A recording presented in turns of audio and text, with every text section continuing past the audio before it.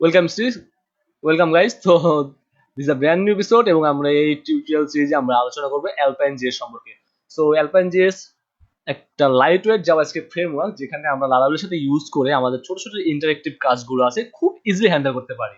যেমন আমরা অনেক সময় আমাদের ওয়েব অ্যাপ্লিকেশনে লাইক আমরা লারাভেল দিয়ে যখন ওয়েব অ্যাপ্লিকেশন ডেভেলপ করি, আমাদের like to goal height show then data binding, so আরো ছোট ছোট কাজগুলো করতে হয় যেগুলো আমরা নর্মালি অ্যাজ ইউজুয়াল jQuery দিয়ে করে থাকি, যারা আমরা ভিউজেস ইউজ করি না, jQuery দিয়ে করে থাকি। তো jQuery দিয়ে করার জন্য আমাকে বেশ কিছু এক্সট্রা কোড লিখতে হয়, যেটা আপনি jQuery দিয়ে করলে হবে, আমি বলছি না হবে না এমন না, বাট সেই কাজগুলো কিন্তু আমরা আরো ইজিলি আমরা কিন্তু এই অ্যালপাইন জেএস দিয়ে খুব ইজিলি করতে পারি। খুব তেমন কিছু না, খুব সিম্পল একটা লাইট ওয়েট একটা ফ্রেমওয়ার্ক, মেবি 5 to 7 কিলোবাইট হবে, এবং খুব ইজিলি আমরা এটা দিয়ে কাজ করতে পারবো, এবং যেখানে শুধুমাত্র আমাদের 15 অফ অ্যাট্রিবিউটস বা ডিরেক্টিভ বলতে পারেন, 6টা প্রপার্টিস এন্ড 2টা মেথডস। তো এটা নিয়েই এটা সমন্বয় হচ্ছে অ্যালপাইন জেএস, যেখানে আমরা খুব ইজিলি কাজ করব। এবং আমরা লারাভেলের সাথে কিন্তু অ্যালপাইন জেএসটা খুব ভালোভাবে কাজ করে। আপনি লারাভেলের অফিসিয়াল ডকুমেন্টে যান, সেখানে অ্যালপাইন জেএস লিখলেও আপনি সেখানে ওদের বর্ণনা পেয়ে যাবেন। সো অ্যালপাইন জেএস এর জন্য আমরা এই টিউটোরিয়ালে কি কি শিখবো, আমরা প্রথমত অ্যালপাইন জেএস এর দিয়ে আমাদের এই যে ডিরেক্টিভ গুলো আছে, খুব ছোট ছোট ডিরেক্টিভ, আমরা খুব ইজিলি এগুলো হ্যান্ডেল করে ফেলবো বা শিখে ফেলবো। দেন হচ্ছে গিয়ে আমাদের যে ম্যাজিক্স গুলো আছে সেটা দেখতে ফেলবো, এবং যে মেথড গুলো সেগুলো দেখে ফেলবো আর কি। সো আমরা প্রপার্টি গুলো দেখে ফেলবো, ডিরেক্টিভ গুলো দেখে ফেলবো, এবং মেথডস গুলো দেখে ফেলবো খুব ইজিলি। যেমন আপনি এখানে দেখেন খুব ইজিলি কিন্তু আমরা ইমপ্লিমেন্ট করতে পারছি। জাস্ট কি করলাম, আমরা একটা এক্স যে ডিরেক্টিভ লিখলাম, একটা অবজেক্ট পাস করলাম, তার মধ্যে কাউন্ট নামে প্রপার্টি এবং তার ভ্যালু ইনিশিয়াল 0 পাস করলাম। তো এটা আমরা দেখবো যে কিভাবে কাজ করে। প্রথমত আপনি যদি অ্যালপাইন জেএস কাজ করতে চান, সাপোজ আমি এখানে আপাতত আমি একটা ফোল্ডার ওপেন করে নিচ্ছি, আমার ডেস্কটপে মেবি অ্যালপাইন নামে একটা ফোল্ডার ক্রিয়েট করা আছে, এবং আমি এখানে একটা ফাইল আপাতত জেনারেট করছি, সেটা হচ্ছে index.html। তো আপনি যে কোনো নাম ইউজ করতে পারেন, এটা আপনার উপর ডিপেন্ড করে। তেমন কিছু করতে হবে না, জাস্ট এখানে দেখেন সিম্পল যে ফার্স্ট আমাদের টেমপ্লেট আছে, html টেমপ্লেট। তো আমরা সেটা সেভ করে রাখলাম। এখন আমাদের অ্যাকচুয়ালি কি করছে দেখেন, আমাদের কিন্তু h1 ট্যাগের মধ্যে আমরা যদি কোনো টেক্সট রেন্ডার করতে চাই তাহলে লিখি লাইক এরকম I love Bangladesh, right? But আমরা এখন যেহেতু অ্যালপাইন জেএস এ আছি, তো আমাদের অ্যালপাইন জেএস এর সিডিএনটা আমরা এখানে ইম্পোর্ট করে নিয়েছি। আপনি চাইলে npm এর মাধ্যমে বা নোট প্যাকেজের মাধ্যমেও আপনি সেটা ইউজ করতে পারেন, আপনি যেভাবে আপনার ইচ্ছা সেভাবে ইউজ করতে পারেন।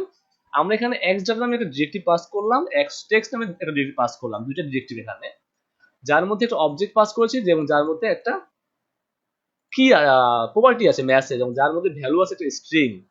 ওকে, এবং এক্স টেক্সটের মাঝে আমি আমার যে অবজেক্টের কিটা আছে সেই কিটা পাস করলাম, যার কারণে আমার এই h1 ট্যাগে আমার টেক্সট শো করবে আই লাভ অ্যালপাইন। সো আমি যদি এখন আমার ডেস্কটপে যাই, এখানে যাই, এবং আমি যদি এইটা রান করি আমি যদি ক্রোম ব্রাউজারে, তাহলে দেখবো যে আই লাভ অ্যালপাইন চলে আসছে, রাইট? খুবই সিম্পল এবং চমৎকার অ্যালপাইন জেএস। তো এই ডেটাগুলো কিভাবে অ্যাকচুয়ালি কাজ করে সেটা আমরা দেখবো। যেমন আমি যদি এখানে এক্স ডেটা বা এক্স শো এসব নিয়ে কাজ করি, লাগে এক্স ডাটা, দেখেন এখানে একটা কোডটা আমি বুঝিয়ে দিচ্ছি এটা কিভাবে কাজ করে। আমরা স্টেপ বাই স্টেপ সবগুলো আলোচনা করবো, স্কোপ নিয়ে আলোচনা করবো, সমস্যা নেই। সো এখানে অ্যাকচুয়ালি কি করে, এখানে এক্স ডাটা নামে একটা ডিরেক্টিভ আমি ইউজ করছি, পাস করছি, এবং যখন আমরা কোনো একটা ডিভের মধ্যে আমরা এক্স ডাটা যে ডিরেক্টিভটা লিখি, বা আপনি এখানে চাইলে এটা অ্যাট্রিবিউট বলতে পারেন, পাস করি, তার মানে এটা হচ্ছে একটা কম্পোনেন্ট। সো আপনি ভিউজে কাজ করে থাকেন, সেক্ষেত্রে আপনি কম্পোনেন্ট সম্পর্কে আলোচনা ভালো ধারণা আছে আমি আশা করি। সো কম্পোনেন্ট অ্যাকচুয়ালি কি কাজ করে, আমরা কোনো একটা যদি প্রজেক্ট থাকে বা কোনো ওয়েবসাইট থাকে, যেমন একটা ওয়েবসাইট আছে, আমি এই যে সাইড বার সেটা একটা কম্পোনেন্ট হিসেবে বিবেচনা করতে পারি, এই যে টপ বার সেটা একটা কম্পোনেন্ট হিসেবে বিবেচনা করতে পারি, এই যে রাইট বার সেটাকে একটা কম্পোনেন্ট হিসেবে বিবেচনা করতে পারি। তার মানে কি, আমি এই কম্পোনেন্ট গুলোকে বাই চান্স মানে সবসময় আমরা কিন্তু রিইউজ করতে পারবো ইজিলি, রাইট? তো এখানে অ্যাকচুয়ালি কি করছি, ডিভ এক্স ডাটা নামে একটা কম্পোনেন্ট ডিক্লেয়ার করেছি, এবং যার মধ্যে এক্স ডাটা নামে অ্যাট্রিবিউট বলেন বা ডিরেক্টিভ বলেন, ডিরেক্টিভ এখানে আছে, আমি ডিরেক্টিভ বলছি, যার মধ্যে হচ্ছে একটা ওপেন অবজেক্ট ডিক্লেয়ার করলাম, ওপেন নামে একটা প্রপার্টি যার ভ্যালু বাই ডিফল্ট ফলস। ওকে, এখন যদি আমি সেভ করে রান করি, আপনি এখানে লক্ষ্য করবেন, আমি এটা ইন্সপেক্টে যাই এবং আমি সাপোজ এখানে রিলোড করলাম, দেখেন আমি তো এখানে আসি টু গোল, এবং এখানে দেখেন আমার যে টেক্সটটা ছিল কন্টেন্ট, সেটা ডিসপ্লে নান হয়ে আছে, স্টাইল ডিসপ্লে নান হয়ে আছে। কারণ কি, যখন আমরা এখানে এক শো দিলাম, সো এবং বাই ডিফল্ট সেই প্রপার্টির ভ্যালু ফলস পাচ্ছে, যার কারণে তার একটা নতুন স্টাইল এখানে অ্যাড হয়ে গেছে, সেটা হচ্ছে ডিসপ্লে নান।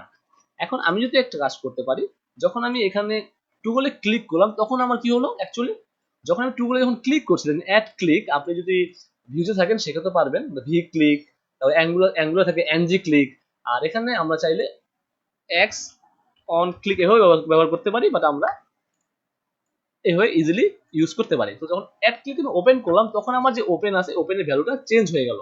যখন চেঞ্জ হয়ে গেল তখন এই ডিস্টেন্সটা রিমুভ হয়ে গেল, দেখেন আমার কন্টেন্ট চলে আসছে।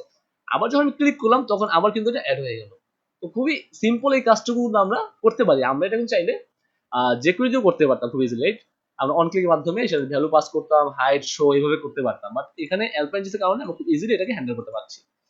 তো এই যে অ্যাড ক্লিক যে ইভেন্ট বা মেথড বলেন, ইভেন্ট বলেন, এবং ইভেন্ট মধ্যে মেথড পাস করতে হয় সেটা দেখবো আমরা, এই ডিরেক্টিভ গুলো দেখবো। সো এগুলো আমরা একটা একটা করে সবগুলো দেখবো। তো খুব বেশি টিউটোরিয়াল হবে না, 10-12টা 15টা টিউটোরিয়াল হতে পারে, আমরা আশা করি অ্যালপাইন জেসটা শিখে ফেলবো। তারপরে আমি ডিপ ডাইভ করবো হচ্ছে গিয়ে আমাদের inertia জেসের উপরে। So guys, I hope in this video, if you are new to the channel, don't subscribe, and thanks for watching.